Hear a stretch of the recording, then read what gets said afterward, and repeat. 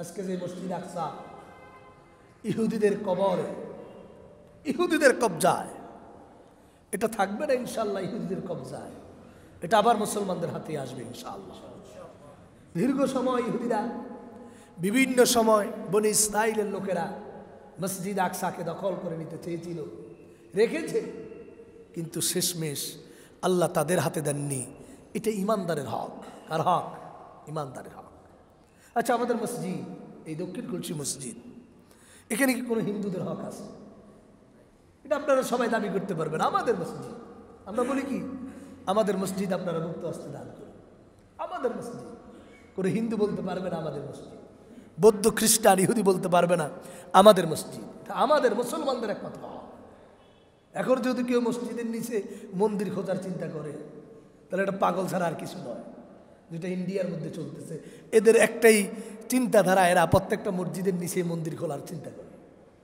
অথচ ইতিহাস বলে মুসলমানরা যদি কোনো অমুসলিমের উপরে তাদের শাসন আমলে জুলুম করত, এত শত বছর মুসলমানরা ভারতবর্ষ শাসন করেছে, সেই অমুসলিমদের হিন্দুদের একটা টিকিও খুঁজে পাওয়া যেত না। এত অমানসিক নির্যাতন যে এই হিন্দুরা করছে মুসলমানদের উপরে, ইতিহাসে ভয়াবহ। ইতিহাসকে হার মানা। পৃথিবীর ইতিহাস আলোচনা করলে ইন্দোনেশিয়ার জাকার্তা থেকে নিয়ে মরক্কোর লারব পর্যন্ত মুসলমানদেরই ছিল একমাত্র কর্তৃত্ব। আর কারো ছিল? মুসলমানদেরই ছিল। যদি মুসলমানরা অমুসলিমদের উপরে সহানুভূতি না দেখাত, তাহলে গোটা পৃথিবীতে একটা অমুসলিমও বাস্তবেই খুঁজে পাওয়া যেত।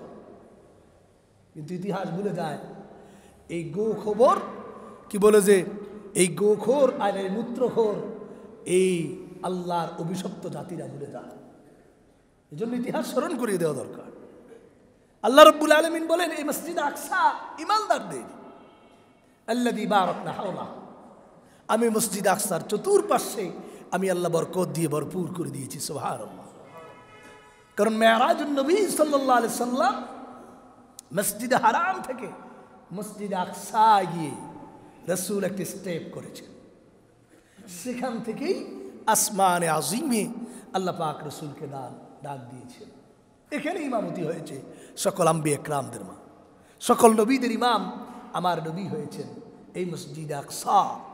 এটা ইনশাআল্লাহ মসজিদ আকসা আল্লাহ পাক আবার মুসলমানদের হাতেই আল্লাহ পাক দান করবেন ইনশাআল্লাহ।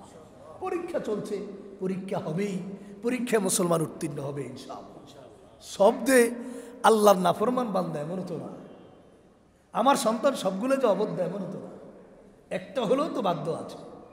আল্লাহর গোটা পৃথিবীতে 200 কোটি মুসলমানের কাছাকাছি বা এর উপরে, এই মুসলমানদের মধ্য থেকে তো অন্তত 1000 হইলেও তো আল্লাহর নাফরমান নয়, আল্লাহর পরমাবরবাদী বান্দা আছে। এদের মাধ্যমে আল্লাহ ইনশাআল্লাহ এই বিশ্বে মুসলমানদের নেয়ামতগুলাকে আল্লাহ উদ্ধার করে দেবেন ইনশাআল্লাহ। আমরা দোয়া করি আল্লাহ কবুল করেন বলেন আমিন। রাসূল করিম সাল্লাল্লাহু আলাইহি সাল্লাম সেই বরকতপূর্ণ মসজিদে আকসায় গিয়ে অবস্থান করার পরে সেখান থেকে আল্লাহ পাক স্পেশালভাবে আমার রাসূলকে আরশে আজিম পর্যন্ত পৌঁছান।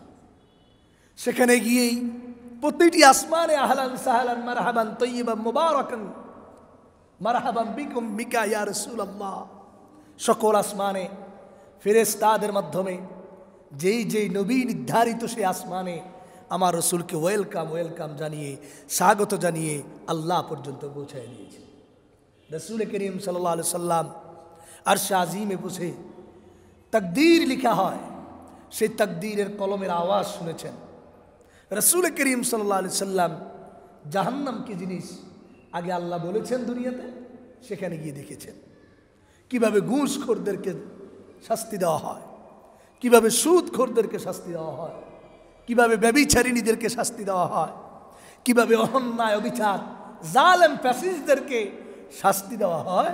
আল্লাহ রসুল সচক্ষে সেই জাহান্নামগুলা দেখে এসেছেন। পৃথিবীর কোনো নবী দেখেন।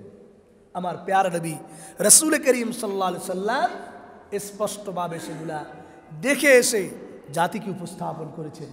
শুধু জাহান্নাম দেখেছেন তাই নয়, রাসূল করিম সাল্লাল্লাহু আলাইহি সাল্লাম সেখানে গিয়ে আল্লাহর জান্নাতের নেয়ামতগুলো দেখিয়েছেন। সুবহানাল্লাহ। এমনকি রসুল যেই ঘরে থাকবেন, বেহেশতের যে ডিপার্টমেন্টে রসুল করিমকে রাখা হবে, যেই সুন্দর সাজানো ঘর, সেটাও রসুল দেখে এসেছেন। হযরত জিবরাইলকে আল্লাহ রসুল বলেন, জিবরাইল আমার ঘরটা তো দেখা যায়, একটু ঘুরে আসি না। জিবরাইল বললেন, আপনার হায়াত এখনো বাকি আছে, যাওয়ার মতো এখন সুযোগ নেই। দুই চোখে দেখেন, আজকে সেখানে ঢুকতে পারবেন না। যেদিন দুনিয়ার থেকে বিদায় নেবেন, সেদিন আপনাকে ঢুকার পারমিশন দেওয়া হবে।